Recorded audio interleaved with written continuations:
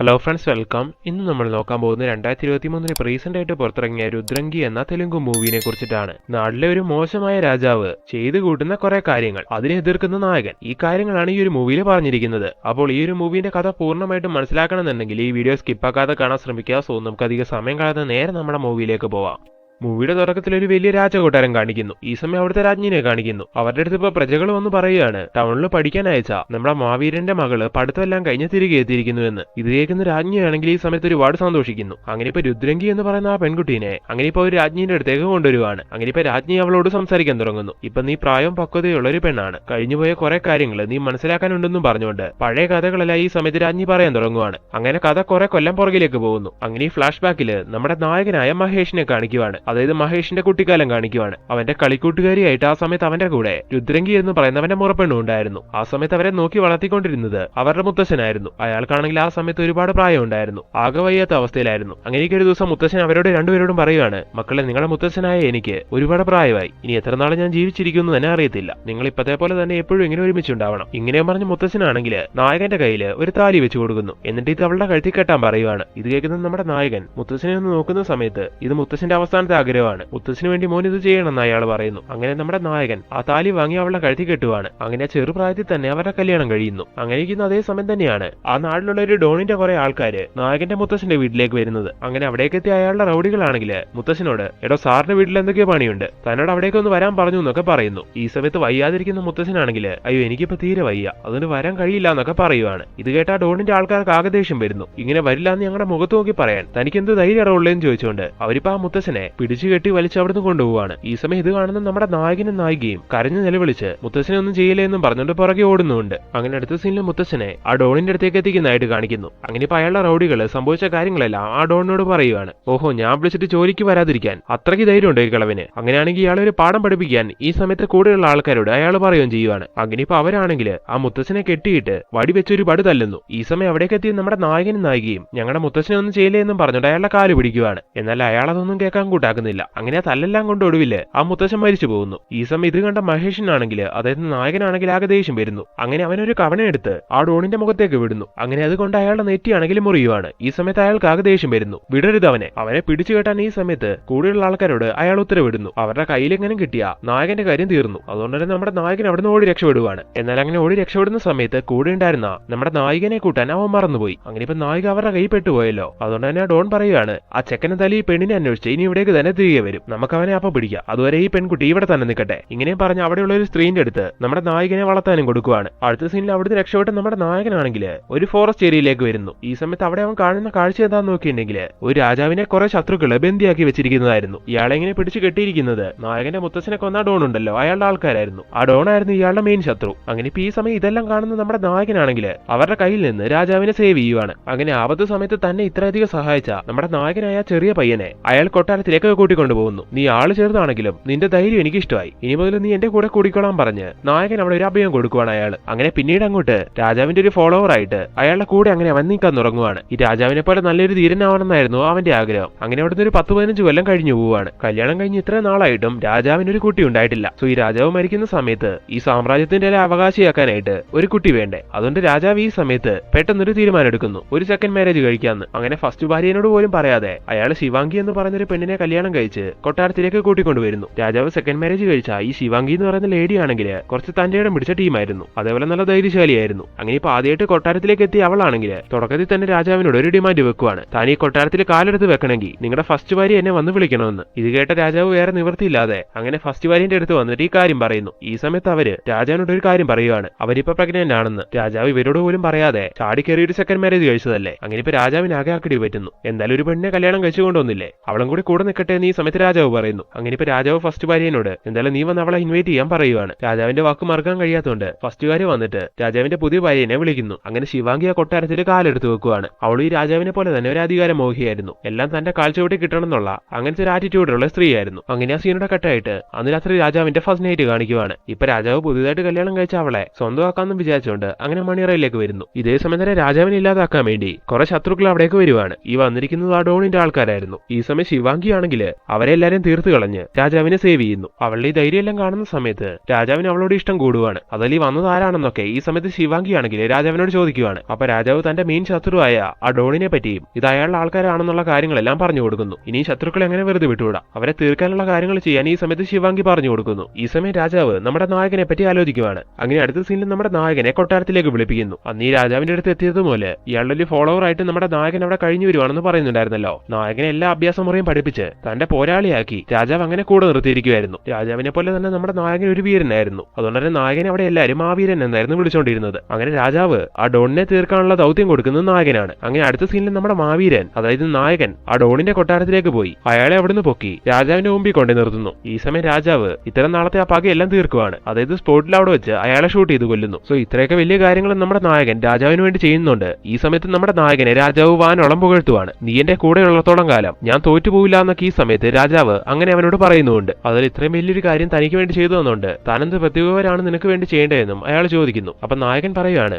ഈ നാട്ടിലെ കുടിവെള്ളക്ഷാമം ഒരുപാട് കൂടിക്കൊണ്ടിരിക്കുകയാണ്. സോ നാട്ടുകാർക്ക് ഇവിടുത്തെ പുഴയിൽ നിന്ന് വെള്ളം എടുക്കാനുള്ള അവകാശം അങ്ങ് തരണം. അത്രേ ഉള്ളോ? ശരി, ഞാൻ അനുവാദം തന്നിരിക്കുന്നു. നിങ്ങൾ അതിൽ നിന്ന് വെള്ളം എടുത്തോളാൻ ഈ സമയത്ത് രാജാവ് പറയുന്നു. അതിൽ വേറെ എന്തെങ്കിലും ആവശ്യമുണ്ടോ എന്ന് ചോദിക്കുവാണ്. ഈ ഗ്രാമത്തിലെ പാവപ്പെട്ട ആൾക്കാരുടെ പിള്ളേർക്കൊന്നും വേണ്ടത്ര വിദ്യാഭ്യാസം കിട്ടുന്നില്ല. സോ അവർക്ക് പഠിക്കാനായിട്ട് ഒരു പള്ളിക്കൂടം കൂടി പണിത് വരുവാണെങ്കിൽ നന്നായിരുന്നു എന്ന് നായകൻ പറയുന്നു. അതിന്റെ കാര്യം നമുക്ക് വഴിയെ നോക്കാന്ന് ഈ സമയത്ത് രാജാവ് പറയുവാണ്. അത് കഴിഞ്ഞ് അന്ന് ഈവനിങ് ഇന്നലെ മുടങ്ങിപ്പോയ ഫസ്റ്റ് നൈറ്റ് ആഘോഷിക്കാൻ വേണ്ടി അയാൾ നേരെ മണിയറയിലേക്ക് വരുന്നു. അങ്ങനെ ഇപ്പൊ അവിടെയുള്ള ശിവാംഗിനെ അയാളെ കെട്ടിപ്പിടിക്കുവാണ്. എന്നാൽ ഈ സമയത്ത് അയാൾക്ക് ശിവാംഗിനോട് ഒരു ഫീലിംഗ്സ് തോന്നുന്നില്ല. അങ്ങനെ അവളെ തള്ളിവിട്ട് അയാൾ പറയുകയാണ്, നിനക്കൊരു ഫീമെയിൽ ടച്ച് ഇല്ല. അതായത് നിന്നെ കെട്ടിപ്പിടിച്ചപ്പം ഒരു ആണിനെ കെട്ടിപ്പിടിച്ചോലെ എനിക്ക് ഫീൽ ചെയ്തു. സോ എനിക്ക് നിന്നോട് എപ്പം അങ്ങനെ ഒരു ഫീലിംഗ്സ് തോന്നുന്നു അപ്പം മതി നമ്മുടെ ഫസ്റ്റ് നൈറ്റ് എന്നും പറഞ്ഞുകൊണ്ട് അയാൾ അങ്ങനെ പുറത്തേക്ക് പോകുന്നു. ഈ സമയം ഇതാണെങ്കിൽ അവൾക്ക് ഭയങ്കര ഇൻസൾട്ട് ആവുന്നു. അങ്ങനെ ആ ഒരു വിഷമം കൊണ്ടും ദേഷ്യം കൊണ്ടും അവൾ അങ്ങനെ അവിടുത്തെ ബാൽക്കണി വന്നിങ്ങനെ പുറത്തേക്ക് നോക്കി നിൽക്കുന്ന സമയത്ത് താഴെ ജനങ്ങളുടെ കൂട്ടത്തില് അവൾ നമ്മുടെ നായകനെ കാണുവാണ്. എന്തോ അവനെ കണ്ടപ്പോ തന്നെ അവൾക്ക് വല്ലാത്ത സ്പാർക്ക് അടിക്കുന്നു. അങ്ങനെ അവനെ സ്വന്തമാക്കണമെന്നും അവൾക്കൊരു ആഗ്രഹം വരുവാണ്. അതുകൊണ്ട് തന്നെ അവളുടെ മൂഡ് ഓഫ് എല്ലാം മാറി. തന്നോടൊരു ഫീലിംഗ്സ് തോന്നാത്ത രാജാവിനെ താനെന്തിന് കാത്തിരിക്കണം, തനിക്ക് ഇപ്പൊ താഴെ കണ്ട ആ ധീരനെ മതി ഈ സമയത്ത് അവൾ ഓർപ്പിക്കുന്നു. അങ്ങനെ കൂടെയുള്ള തോഴികളോട് നായകന്റെ പേരെല്ലാം ചോദിച്ച് മനസ്സിലാക്കി വെക്കുവാണ് അവള്. അങ്ങനെ അതിന്റെ അടുത്ത ദിവസം നമ്മുടെ നായകനെ കുറച്ച് ആൾക്കാരും കൂടി അഭ്യാസമുറകളെല്ലാം പഠിച്ചുകൊണ്ടിരിക്കുന്ന സമയത്ത് അവിടേക്ക് അവൾ എത്തുവാണ്. എന്നിട്ട് നായകനൊന്ന് ഇംപ്രസ് ചെയ്യിക്കാൻ വേണ്ടി നമുക്കൊന്ന് മുട്ടി നോക്കിയാലോ, നീ എന്നോട് മത്സരിക്കാൻ കൂടുന്നു എന്നൊക്കെ ചോദിക്കുവാണ്. ആദ്യം നമ്മുടെ നായകൻ അയ്യോ അതൊന്നും വേണ്ടെന്ന് പറയുന്നുണ്ടെങ്കിലും അവൾ ഒരുപാട് നിർബന്ധിക്കുന്ന സമയത്ത് നായകനൊക്കെ പറയുന്നു. അങ്ങനെ അഭ്യാസമുറകളെല്ലാം അവർ രണ്ടുപേരും കൂടി ചെയ്തുകൊണ്ടിരിക്കുന്ന അതേ സമയം തന്നെ അവളാണെങ്കിലും നായകനെ സ്പർശിക്കുകയൊക്കെ ചെയ്യുവാണ്. അതുപോലെ ഒരു ഘട്ടത്തിൽ അവളാണെങ്കിൽ നമ്മുടെ നായകന്റെ മുഖത്ത് ഒരു ഉമ്മയും കൊടുക്കുന്നു. ഈ സമയം നമ്മുടെ നായകനാണെങ്കിൽ ആകെ എന്തോ പോലെ ആവുകയാണ്. അതായത് രാജാവിന്റെ ഭാര്യയല്ലേ ഇവര്, ഇപ്പൊ തെറ്റിയത് അവരാണെങ്കിൽ കൂടി നായകന്റെ മനസ്സിൽ എന്തൊക്കെ കുറ്റബോധം തോന്നുവാണ്. ഇങ്ങനെ സംഭവിക്കാൻ പാടില്ലാത്തൊരു കാര്യം സംഭവിച്ചുകൊണ്ട് അടുത്ത സീനിലെ രാജാവിനെ കാണിക്കുന്നു. അയാളിപ്പോ കാട്ടിലെ വേട്ടയ്ക്ക് പോവുകയാണ്. ഈ സമയം അവിടെ വെച്ച് അയാള് ഒരു സുന്ദരി പെൺകുട്ടിനെ കാണുന്നു. അവളെ കണ്ടപ്പോ തന്നെ അയാൾക്ക് ഒരുപാട് ഇഷ്ടാവുകയാണ്. എനിക്ക് ഈ പെൺകുട്ടിനെ എത്ര വേഗം സ്വന്തമാക്കണമെന്ന് ഈ സമയത്ത് കൂടെയുള്ള ആളോട് അയാൾ പറയുന്നുണ്ട്. അങ്ങനെ അയാൾ ഇതേ സമയം തന്നെ ആ പെൺകുട്ടിനെ പിടിച്ച് വണ്ടി കയറ്റുന്നു. എന്നിട്ട് അവളെയും കൊണ്ട് കൊട്ടാരത്തിലേക്ക് പുറപ്പെടുവാണ്. അങ്ങനെ പോയിക്കൊണ്ടിരിക്കുന്ന സമയം തന്നെ വഴിയിൽ അവരൊന്ന് വണ്ടി നിർത്തുന്നു. ഈ സമയം ആ പെൺകുട്ടിയാണെങ്കിൽ ആ തക്കത്തിന് അവിടെ നിന്ന് രക്ഷപ്പെടുന്നു. അപ്പൊ രാജാവാണെങ്കിൽ ആ പെൺകുട്ടിയെ കണ്ടുപിടിക്കാൻ വേണ്ടി ഒരുപാട് ശ്രമിക്കുന്നുണ്ടെങ്കിലും അയാൾക്ക് കണ്ടു കിട്ടുന്നില്ല. അങ്ങനെ ആ ഒരു നിരാശന്റെ പുറത്ത് അയാൾ നേരെ കൊട്ടാരത്തിലേക്ക് എത്തുന്നു. കൊട്ടാരത്തിലേക്ക് തിരികെ എത്തിയ അയാൾക്കാണെങ്കിൽ മര്യാദയ്ക്കൊന്നും ഉറങ്ങാൻ കഴിയുന്നില്ല, ശരിക്കും ഫുഡ് കഴിക്കാൻ കഴിയുന്നില്ല, എന്തിന് സമാധാനത്തോടുകൂടി ചുമ്മാ ഒന്നിരിക്കാൻ കഴിയുന്നില്ല. ആ കാട്ടിൽ നിന്ന് കണ്ട പെൺകുട്ടിന്റെ സൗന്ദര്യത്തിൽ അയാൾ മയങ്ങിയിരിക്കുവാണ്. എങ്ങനെയെങ്കിലും ആ പെൺകുട്ടിയെ സ്വന്തമാക്കണം എന്നുള്ള ആഗ്രഹമാണ് അയാളുടെ മനസ്സിൽ. ഇതേ സമയത്ത് ശിവാംഗി ആണെങ്കിൽ നമ്മുടെ നായകനെ പറ്റി ആലോചിച്ച് അവനെ എങ്ങനെയെങ്കിലും സ്വന്തമാക്കണം എന്നൊക്കെ ആഗ്രഹിച്ച് അങ്ങനെ ഇരിക്കുവാണ്. അടുത്ത സീനിൽ അവളാണെങ്കിൽ പ്രജകളെ വിട്ട് നമ്മുടെ നായകനെ അവളുടെ റൂമിലേക്ക് വിളിപ്പിക്കുന്നു. എന്നിട്ട് അവനോട് റൊമാന്റിക് ഒക്കെ ആയിട്ട് സംസാരിക്കാൻ ശ്രമിക്കുന്ന സമയത്ത് ഇതൊക്കെ തെറ്റാണെന്ന് മനസ്സിലാക്കുന്ന നമ്മുടെ നായകനാണെങ്കിൽ ഒഴിഞ്ഞു മാറാൻ ശ്രമിക്കുന്നു. ഇത് മനസ്സിലാക്കി അവള് പറയാണ്, നീ എന്റെ അടുത്ത് എത്രയൊക്കെ ഒഴിഞ്ഞു മാറാൻ ശ്രമിച്ചാലും എനിക്ക് നിന്നെ വല്ലാതെ ഇഷ്ടമാണ്. എന്നാൽ അത് എനിക്ക് മാത്രം തോന്നിയിട്ടും കാര്യമില്ലല്ലോ, നിനക്ക് എന്നോടും കൂടി തോന്നണ്ടേ. എന്തെങ്കിലും എനിക്ക് തോന്നിയ പോലത്തെ ഒരു ഫീലിംഗ്സ് നിനക്ക് എന്നോടും തോന്നുമായിരിക്കും. അതുവരെ ഞാൻ കാത്തിരിക്കാന്നും പറഞ്ഞ് അവളിപ്പോ നായകൻ എവിടെ നിന്ന് പറഞ്ഞു വിടുന്നു. കുറച്ചേരം കഴിഞ്ഞ് നമ്മുടെ നായകനെ രാജാവ് വിളിപ്പിക്കുകയാണ്. അങ്ങനെ നായകൻ ചെന്ന് കാര്യം ചോദിക്കുന്ന സമയത്ത് ഇന്ന് കാട്ടി വേട്ടയാടാൻ പോയപ്പം താൻ അവിടെ വെച്ചൊരു സുന്ദരി പെൺകുട്ടിനെ കണ്ടു. അവളെ കണ്ടപ്പോ തന്നെ വല്ലാതെ ഇഷ്ടപ്പെട്ടു. അവളെ എങ്ങനെയെങ്കിലും എനിക്ക് സ്വന്തമാക്കണം. അതുകൊണ്ട് നീ കാട്ടിലേക്ക് പോയി ആ പെൺകുട്ടിനെ കണ്ടുപിടിച്ച് കൊണ്ട് തരാനൊക്കെ നായകനോട് അയാൾ പറയുന്നു. രാജാവ് എന്ത് പറഞ്ഞാലും അതനുസരിച്ച് ശീലമുള്ള ആളാണല്ലോ നമ്മുടെ നായകൻ. അങ്ങനെ ഇപ്പൊ രാജാവ് പറഞ്ഞ ആ കാര്യം ചെയ്യാൻ വേണ്ടി അല്ലെങ്കിൽ ആ പെൺകുട്ടിനെ കണ്ടെത്താൻ വേണ്ടി നമ്മുടെ നായകൻ നേരെ കാട്ടിലേക്ക് പോകുന്നു. അങ്ങനെ അടുത്ത ദിവസം ആ പെൺകുട്ടിനെ കണ്ടെത്തി നമ്മുടെ നായകൻ അവളെയും കൂട്ടിക്കൊണ്ട് കൊട്ടാരത്തിലേക്ക് എത്തുവാണ്. ഈ പെണ്ണിന്റെ പേര് രുദ്രങ്കി എന്നായിരുന്നു. അങ്ങനെ രാജാവിന്റെ വാക്കും കേട്ട് നായകൻ അങ്ങനെ ആ പെണ്ണിനെ കണ്ടെത്തി മുന്നിൽ കൊണ്ട് നിർത്തുമ്പോൾ രാജാവ് നായകനെ പുകഴ്ത്തുവാണ്. എന്നാൽ ഈ സമയം നമ്മുടെ നായകൻ രാജാവിനെ ഞെട്ടിച്ചുകൊണ്ട് ഒരു കാര്യം പറയുന്നു. അങ്ങനോട് ക്ഷമിക്കണം, ഇവളുടെ പേര് രുദ്രങ്കി എന്നാണ്. ഇവളെ ഞാൻ അങ്ങേക്ക് വിട്ടുതരില്ല, കാരണം ഇതെന്റെ ഭാര്യയാണ്. ഈ സമയത്താണ് നമുക്ക് മനസ്സിലാവുന്നത് മഹേഷിന്റെ കുട്ടിക്കാലത്ത് അവന്റെ മുത്തച്ഛൻ പറഞ്ഞിട്ട് അവൻ അവന്റെ മുറപ്പെണ്ണിനെ കല്യാണം കഴിക്കുന്നുണ്ടായിരുന്നല്ലോ, ആ പെണ്ണായിരുന്നു ഈ രുദ്രങ്കി. ഈ ഇടയ്ക്ക് ഈ രാജാവ് പറഞ്ഞിട്ട് ഇയാളുടെ മെയിൻ ശത്രുവായ ഡോണിനെ നമ്മുടെ നായകൻ അയാളുടെ കൊട്ടാരത്തിൽ പോയി പിടിച്ചോണ്ട് വരുന്നുണ്ടായിരുന്നല്ലോ. ആ സമയത്തായിരുന്നു കുട്ടിക്കാലത്ത് അയാളുടെ തടവിലായി പോയ ഈ രുദ്രങ്കിനെ നമ്മുടെ നായകൻ സേവ് റിസീവ് ചെയ്തത്. അങ്ങനെ ഇപ്പൊ ഈ കാര്യങ്ങളെല്ലാം നമ്മുടെ നായകൻ രാജാവിനോട് പറയുന്നു. ഇത് കേൾക്കുന്ന രാജാവാണെങ്കിൽ അയാളുടെ ആഗ്രഹങ്ങളെല്ലാം മനസ്സിലൊതുക്കുന്നു. ശരി, ഇത്ര നാൾ നീ എനിക്ക് വേണ്ടി കുറെ കാര്യങ്ങൾ ചെയ്തതല്ലേ, അതുകൊണ്ട് ഞാൻ എന്തായാലും ഇപ്രാവശ്യം നിനക്ക് വേണ്ടി സാക്രിഫൈസ് ചെയ്യാം. സോ എനിക്ക് ഈ പെണ്ണിനെ വേണ്ട. ഇങ്ങനെ രാജാവ് തീരുമാനം എടുക്കുന്നു. അതുപോലെ കൂടെയുള്ള ആളോട് ഇനിയുള്ള കാലം ഇവർക്ക് സുഖമായിട്ട് ജീവിക്കാൻ കുറച്ച് സ്വത്തുക്കൾ എഴുതി കൊടുക്കാനും രാജാവ് പറയുവാണ്. ഇത് കേൾക്കുന്ന നമ്മുടെ നായകനും അവന്റെ ഭാര്യയായ രുദ്രങ്കിയും രാജാവിനോട് നന്ദി പറഞ്ഞ് അവിടെ നിന്ന് ഇറങ്ങുകയും ചെയ്യുന്നു. ഇതെല്ലാം കാണുന്ന സമയത്ത് രാജാവിന്റെ ആദ്യത്തെ ഭാര്യയാണെങ്കിൽ ഒരുപാട് സന്തോഷിക്കുന്നു. എന്നാൽ ഇതേ സമയത്ത് രാജാവിന്റെ രണ്ടാമത്തെ ഭാര്യ ഉണ്ടല്ലോ, അവരും ഇതെല്ലാം കണ്ടുകൊണ്ട് നിൽക്കുമായിരുന്നു. അവർക്കാണെങ്കിൽ ഈ സമയത്ത് ഒരുപാട് ദേഷ്യം വരുവാണ്. കാരണം അവർക്ക് നായകൻ ഒരു കണ്ണുണ്ടെന്ന് പറയുന്നുണ്ടായിരുന്നല്ലോ. സോ ഇപ്പൊ നമ്മുടെ നായകന് മറ്റൊരു ഭാര്യ ഉണ്ടെന്ന് അറിയുന്ന സമയത്ത് അവർക്ക് ദേഷ്യം വന്നില്ലെങ്കിലേ പറയാനുള്ളൂ. അങ്ങനെ ആ സീനോടെ കട്ടായിട്ട് അടുത്ത സീനില് നമ്മുടെ നായകനെ രുദ്രങ്കിനെയും രാജാവ് ഒന്ന് കാണണമെന്നും പറഞ്ഞ് അവിടേക്ക് വിളിപ്പിക്കുവാണ്. അങ്ങനെ രാജാവ് വിളിപ്പിച്ചുകൊണ്ട് നമ്മുടെ നായകൻ അടുത്ത സീനില് ഭാര്യനെയും കൂട്ടിക്കൊണ്ട് അയാളുടെ മുമ്പിൽ വരുന്നു. എന്നിട്ട് അയാളെ വണങ്ങി അങ്ങ് എന്തിനാ വിളിച്ചതെന്ന് ചോദിക്കുവാണ്. വേറൊന്നുമല്ല, നീ എപ്പോഴാ നിന്റെ ഭാര്യനെ എനിക്ക് തരികയെന്ന് അറിയാൻ വേണ്ടി വിളിപ്പിച്ചതാണെന്ന് ഈ സമയത്ത് രാജാവ് പറയുന്നു. ഇത് കേട്ട നായകൻ ആകെ ഷോക്കാവുകയാണ്. അങ്ങനെന്താ ഈ പറയുന്നത് എന്ന് ചോദിക്കുന്നു. ഈ പെണ്ണ് നിന്റെ ഭാര്യയാണെന്ന് അറിഞ്ഞപ്പം എന്റെ മനസ്സിൽ തോന്നിയ മോഹങ്ങളെല്ലാം ഞാൻ ഒതുക്കാൻ ശ്രമിച്ചതാണ്. പക്ഷെ എന്നെ കൊണ്ട് അത് കഴിയുന്നില്ല. എന്താഗ്രഹിച്ചാലും അത് നേടിയ ശീലം മാത്രമേ എനിക്കുള്ളൂ. അതുകൊണ്ട് നീ എന്തൊക്കെ പറഞ്ഞാലും എനിക്ക് ഈ പെണ്ണിനെ വേണം. ഈ സമയം നമ്മുടെ നായകൻ അത് ഒരിക്കലും നടക്കാൻ പോകുന്നില്ല എന്നും പറഞ്ഞുകൊണ്ട് ഭാര്യനെ വിളിച്ചുകൊണ്ട് അവിടെ നിന്ന് പോകാൻ തുടങ്ങുന്നു. ഇതേ സമയം തന്നെ രാജാവ് അയാളുടെ ആൾക്കാരെ വിട്ട് അവരെ തടയുവാണ്. അതുപോലെ ഇതിന് സമ്മതിച്ചില്ലെങ്കിൽ ഇവളെ കൊന്നു കളയുമെന്നും പറഞ്ഞുകൊണ്ട് രുദ്രങ്കിന്റെ കഴുത്തിൽ കത്തിയും വെക്കുന്നു. ഈ സമയം ഈ കാര്യങ്ങളെല്ലാം അയാളുടെ സെക്കൻഡ് ഭാര്യ കാണുന്നുണ്ടായിരുന്നു. അങ്ങനെ അവർക്ക് ഇതൊന്നും ഇഷ്ടാവുന്നില്ല. അങ്ങനെ അവർ പെട്ടെന്ന് തന്നെ ഒരു തോക്കെടുത്തോണ്ട് വന്ന് രാജാവിനെ നേരെ ചൂണ്ടുവാണ്. എന്നിട്ട് ആ പെണ്ണിനെ വിട്ടില്ലെങ്കിൽ രാജാവാണെന്ന് ഞാൻ നോക്കൂല, ഇപ്പൊ ഞാൻ പൊട്ടിക്കുമെന്നും പറഞ്ഞുകൊണ്ട് അവളെ പേടിപ്പിക്കുവാണ് രാജാവിനെ. അങ്ങനെ രാജാവ് ആ പെണ്ണിനെ വിടുന്നു. അപ്പോഴേക്ക് ശിവങ്കി നായകനോട് നീ ഇവളെയും കൂട്ടിക്കൊണ്ട് എവിടെയെങ്കിലും പോയി സുഖമായിട്ട് ജീവിക്കാൻ പറഞ്ഞ് ഒരു തോക്കും കൊടുത്ത് അവനെ അവിടെ നിന്ന് പറഞ്ഞു വിടുന്നു. ഇപ്പൊ ഇങ്ങനെ ഒരു കാര്യം സംഭവിച്ചുകൊണ്ട് രാജാവിന് ആകെ ദേഷ്യം വരുവാണ്. കുറച്ചേരം കഴിഞ്ഞാൽ തോക്കെല്ലാം പിടിച്ചു വാങ്ങി രാജാവ് സെക്കൻഡ് ഭാര്യനെ തല്ലി താഴെ ഇടുന്നു. എന്നിട്ട് എന്നോട് ഇങ്ങനെയൊക്കെ പെരുമാറാൻ നിനക്ക് എവിടെ നിന്നാണ് ധൈര്യം വന്നതെന്നൊക്കെ ചോദിച്ച് തോക്ക് അവളുടെ നേരെ ചൂണ്ടുവാണ് അയാൾ. ഒന്നുമില്ലല്ലോ, നിങ്ങളൊരു രാജാവല്ലേ, ഈ കൊട്ടാരത്തിൽ വെച്ച് നിങ്ങൾ അങ്ങനെയല്ല അവരോട് ചെയ്താ പ്രജകൾ അറിഞ്ഞാൽ അത് വലിയ പ്രശ്നമാവില്ലേ. സോ അങ്ങനെ ഒരു പ്രശ്നം സംഭവിക്കാതിരിക്കാൻ വേണ്ടിയാണ് താൻ അങ്ങനെ ചെയ്തതെന്നൊക്കെ പറഞ്ഞ് ഈ സമയത്ത് അവളാണെങ്കിൽ ആ പ്രശ്നം അവിടെ കോംപ്രമൈസ് ചെയ്യുന്നു. ഇതെല്ലാം കേൾക്കുന്ന രാജാവ് ശരി, ഇന്ന് അവന്റെ സമ്മതം ഇല്ലാതെ വേണ്ട, അവന്റെ സമ്മതത്തോടു കൂടി തന്നെ ഞാൻ അവളെ സ്വന്തമാക്കിക്കോളാം എന്ന് പറയുവാണ്. അങ്ങനെ അടുത്ത സീനിൽ അവരെ അന്വേഷിച്ച് കണ്ടെത്താൻ പറഞ്ഞ് അവരുടെ സ്ഥലത്തേക്ക് കുറെ ആൾക്കാരെ അയക്കുന്നു. ഇതേ സമയം തന്നെ നമ്മുടെ നായകനും അവന്റെ ഭാര്യയും അവരുടെ നാട്ടുകാരുടെ സംരക്ഷണത്തിൽ ഒരു സ്ഥലത്ത് ഒളിച്ചിരിക്കുമായിരുന്നു. അങ്ങനെ അവരുടെ സ്ഥലത്ത് വന്ന് അന്വേഷിച്ചിട്ടും അവരെ കിട്ടാത്തതുകൊണ്ട് ആ രാജാവിന്റെ ആൾക്കാർ അവിടുത്തെ നാട്ടുകാരെ എല്ലാം ഒരുപാട് ദ്രോഹിക്കുന്നു. അവരെ എവിടെ ഒളിപ്പിച്ചു വെച്ചിരിക്കുന്നതെന്ന് പറഞ്ഞു തരാൻ പറഞ്ഞിട്ട് എത്രയൊക്കെ തല്ലു വാങ്ങിയിട്ട് നാട്ടുകാർ ഈ സമയത്ത് അവരെവിടെ ഉണ്ടെന്ന് പറഞ്ഞു കൊടുക്കാൻ തയ്യാറാവുന്നില്ല. ഇതേ സമയം ഈ കാര്യങ്ങളെല്ലാം അറിയുന്ന രാജാവാണെങ്കിൽ എന്റെ ഔദാര്യം കൊണ്ടല്ലേ ആ ഗ്രാമത്തിലെ ആൾക്കാർ മുഴുവൻ വെള്ളം കുടിക്കുന്നത്, അവരുടെ വെള്ളം കൂടി മുട്ടിച്ചാ അവന്മാര് സത്യം പറയും. അതുകൊണ്ട് ഞാൻ അവർക്ക് കൊടുത്ത ആ പെർമിഷൻ ഉണ്ടല്ലോ, അതായത് പുഴയെന്ന് വെള്ളം എടുത്തോളാൻ പറഞ്ഞിട്ടുള്ള ആ പെർമിഷൻ അത് ഞാൻ തിരികെ എടുക്കുക. ഇനി ഒരുത്തിനെ അവിടുന്ന് വെള്ളം എടുക്കാൻ സമ്മതിക്കേണ്ടെന്ന് കൂടെയുള്ള ആൾക്കാരോട് പറയുന്നു. ഇത് കേൾക്കുന്ന രാജാവിന്റെ ആൾക്കാര് പിന്നീട് അങ്ങോട്ട് ആ പുഴയിൽ വെള്ളം എടുക്കാൻ വരുന്ന ആൾക്കാരെല്ലാം തടയുവാണ്. എന്നിട്ട് രാജാവിന്റെ ഈ തീരുമാനം പറയുന്നു. അങ്ങനെ ഇതുകൊണ്ട് തന്നെ ആ നാട്ടുകാരാകെ പെട്ടുപോവാണ്. ദാഹം തീർക്കാൻ പോലും വെള്ളം കിട്ടുന്നില്ല. അങ്ങനെ അവരാകെ ബുദ്ധിമുട്ടിലാവുന്ന സമയത്ത് ആ രാജാവിന്റെ ഒരാൾ വന്ന് അവിടെ പറയുവാണ്, ഈ ഗ്രാമത്തിലുള്ള ആൾക്കാർക്ക് ഇനി വെള്ളം കിട്ടണമെങ്കിൽ രുദ്രങ്കി എന്ന് പറയുന്ന ആ പെണ്ണിനെ രാജാവിനെ കൊണ്ടേ കൊടുക്കണമെന്ന്. എന്നാൽ ഇത് കേട്ട നാട്ടുകാർ പറയുവാണ്, ഞങ്ങൾ വെള്ളം കിട്ടാതെ ഇവിടെ കിടന്ന് ചത്താലും കുഴപ്പമില്ല, ആ നീചനായ രാജാവിന്റെ അടുത്തേക്ക് ഞങ്ങൾ ആ പെൺകുട്ടിനെ പറഞ്ഞയക്കില്ല എന്ന്. അങ്ങനെ കുറെ നാള് ബുദ്ധിമുട്ടി അവർ സ്ട്രഗിൾ ചെയ്യുന്നു. എന്നാൽ ഈ കഷ്ടപ്പാടെല്ലാം കാണുന്ന സമയത്ത് രുദ്രങ്കിക്കാണെങ്കിൽ ആകെ വിഷമാവുകയാണ്. അങ്ങനെ ഒരു ദിവസം അവള് നായകനോട് പറയാണ്, എനിക്ക് വേണ്ടി ഇവർ ഒരുപാട് കഷ്ടപ്പെടുന്നുണ്ട്, ഇനി അങ്ങനെ കഷ്ടപ്പെട്ടാ അത് അവർക്ക് തന്നെയാണ് ആവത്ത്. സോ ഇപ്പൊ നമ്മുടെ നാട്ടിലുള്ള കുടിവെള്ളക്ഷാമം തീർക്കാനായിട്ട് ആ രാജാവിന്റെ ഡിമാൻഡ് പോലെ ഞാൻ അയാളുടെ അടുത്തേക്ക് പോകാൻ തയ്യാറാണ്. അവളുടെ ഈ തീരുമാനം കേൾക്കുന്ന സമയത്ത് നമ്മുടെ നായകനും അവിടുത്തെ നാട്ടുകാരൊക്കെ ആകെ വല്ലാതാവുന്നു. എന്നാലും അവരുടെ നല്ലതിന് വേണ്ടി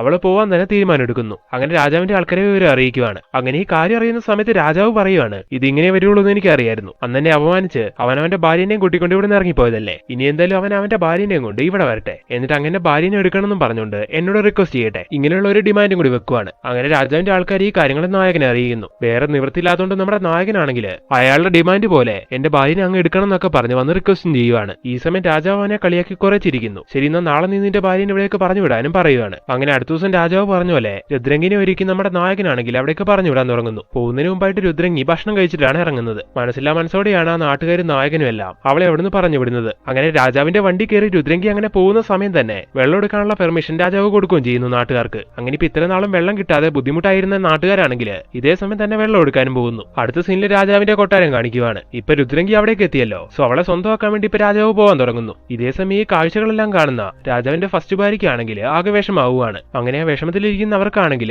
പെട്ടെന്ന് പ്രഗ്നൻസി പെയിനും വരുന്നു. ഈ സമയത്ത് അവരെ കൂടെ നിന്ന് കെയർ ചെയ്യുന്നതെല്ലാം രാജാവിന്റെ സെക്കൻഡ് ഭാര്യയാണ്. അടുത്ത സീനിൽ രുദ്രങ്കിന്റെ അടുത്തേക്ക് എത്തിയ രാജാവിനെ കാണിക്കുന്നു. ഈ സമയത്ത് രാജാവ് അവളോട് അയാൾ ചെയ്തൊരു നീചമായ കാര്യത്തിനെ പറ്റി പറയുവാണ്. നിന്നെ ഞാൻ സ്വന്തമാക്കണമെന്ന് ആഗ്രഹിച്ചപ്പോ അതിനെ ഏറ്റവും കൂടുതലായിട്ട് എതിർത്തത് നിന്റെ നാട്ടുകാരല്ലേ. സോ അവന്മാരെ ഇല്ലാതാക്കാനായിട്ട് അവന്മാര് വെള്ളം എടുക്കുന്ന പുഴയില് ഞാൻ വിഷം കലർത്തിയിട്ടുണ്ട്. ഇപ്പൊ ഞാൻ വീണ്ടും വെള്ളം എടുക്കാൻ പെർമിഷൻ കൊടുത്തുകൊണ്ട് അതൊന്ന് എടുത്ത് കുടിക്കുന്നവന്മാരൊക്കെ ഉടനെ ചത്തു വീണോളൂ എന്നൊക്കെ രാജാവ് ഈ സമയത്ത് പറയുവാണ്. ഇത് കേട്ട രുദ്രങ്കി ആണെങ്കിൽ ആകെ ഞെട്ടി പോകുന്നു. ഇതേ സമയത്ത് കൊട്ടാരത്തില് രാജാവിന്റെ ആദ്യത്തെ ഭാര്യയ്ക്ക് കുട്ടി ഉണ്ടാവുകയാണ്. അതൊരു പെൺകുഞ്ഞായിരുന്നു. ആ പെൺകുഞ്ഞിനെ രാജാവ് വളർത്തിയാൽ ശരിയാവില്ല. അതുകൊണ്ട് തന്നെ ആദ്യത്തെ രാജ്ഞിയാണെങ്കിൽ ആ കുഞ്ഞിനെ നായകന് കൊടുക്കുന്നു. എന്നിട്ട് രാജാവിനെ കാണിക്കാതെ ഇവളെ നീ നിന്റെ സ്വന്തം കുഞ്ഞിനെ പോലെ വളർത്തണം ഇങ്ങനെയും പറയുവാണ്. അങ്ങനെ പ്രസവത്തോടെ തന്നെ ആ രാജ്ഞി മരിച്ചും പോകുന്നു. ഇതേ സമയത്ത് രാജാവിനെ കാണിക്കുന്നു. അയാളെ രുദ്രങ്കിനെ സ്വന്തമാക്കാൻ വേണ്ടി അവളുടെ അടുത്തേക്ക് വരുന്ന അതേ സമയം തന്നെ രുദ്രങ്കി ആണെങ്കിൽ കുഴഞ്ഞു വീഴുവാണ്. ഇതേ സമയം തന്നെ അവളുടെ വായിലൂടെ പാതയെല്ലാം വരുന്നുണ്ട്. അങ്ങനെ രാജാവ് നോക്കുന്ന സമയത്ത് അയാൾ മനസ്സിലാക്കുവാണ് അവൾ മരിച്ചു പോയെന്ന്. ഇതുകൊണ്ട് തന്നെ ആകെ ദേഷ്യം വരുന്ന അയാളാണെങ്കിൽ നമ്മുടെ നായകൻ അവിടേക്ക് വിളിക്കുന്നു. എന്നിട്ട് ഇത് കാട്ടിക്കൊടുത്ത് ഇതെന്താണെന്നൊക്കെ ചോദിക്കുവാണ്. അങ്ങനെ രുദ്രങ്കി മരിച്ചു കിടക്കുന്ന കാണുന്ന സമയത്ത് നമ്മുടെ നായകനും ആകെ ഞെട്ടി പോകുന്നു. സംഭവം എന്താന്ന് നോക്കിയിട്ടുണ്ടെങ്കിൽ